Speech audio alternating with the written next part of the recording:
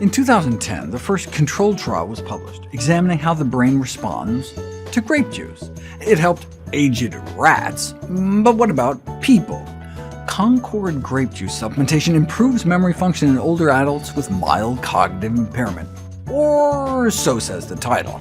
The problem is that the study was funded by Welch's, and though the authors claim they have no financial interest in the outcome, that seems disingenuous. I mean, do you think Welch's would, ever fund them again if they found that, grape juice wasn't good for you? And indeed, that title is a bit of industry spin. I'm sure that's what they wanted to find. Older adults with memory decline, but not dementia, were randomized into a placebo-controlled double-blind trial with Concord grape juice, versus same calorie, same sugar, similarly looking, tasting grape Kool-Aid type drink. So it's a solid study design, and look, berries have those wonderful polyphenol phytonutrients, which have anti-inflammatory and antioxidant properties, so it certainly could help brain function. And it did seem to help with verbal learning. The chances you'd get such a notable result just by chance is like 1 in 25.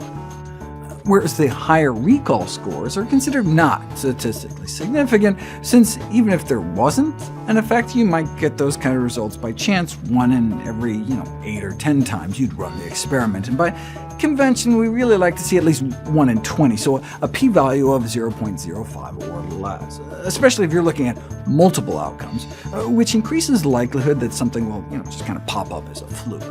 Bottom line is that we're less confident in those kind of memory outcomes, so I imagine if this hadn't had industry funding, it would have been titled more accurately, Concord grape juice supplementation improves verbal learning in older adults with mild cognitive impairment, which is still an important finding, and we have the Welch's Corporation to thank for it. Without industry funding, a study like this might never get done.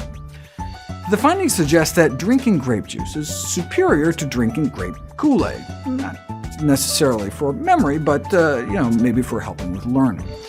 When the study was repeated, though, it did seem to help one measure of memory, but found no benefit for verbal learning, even when using the exact same test as before, which calls the previous results into question. So we're left uncertain about what effects, if any, grape juice has on the aging brain. What about the brains of middle-aged mothers? The Welch's-funded researchers noted significant improvements in one measure of memory and driving performance, as measured in some fancy driving simulator, suggesting on grape juice you might be able to stop a dozen yards earlier on the highway than if you had instead been drinking grape Kool-Aid. I do like how they tried to translate the cognitive effects into more meaningful metrics, but it's important to acknowledge, as they did, that no effects were found for the majority of cognitive consequences. And when you study 20 different outcomes, the odds are pretty good you're just going to get a statistically significant result or two by chance.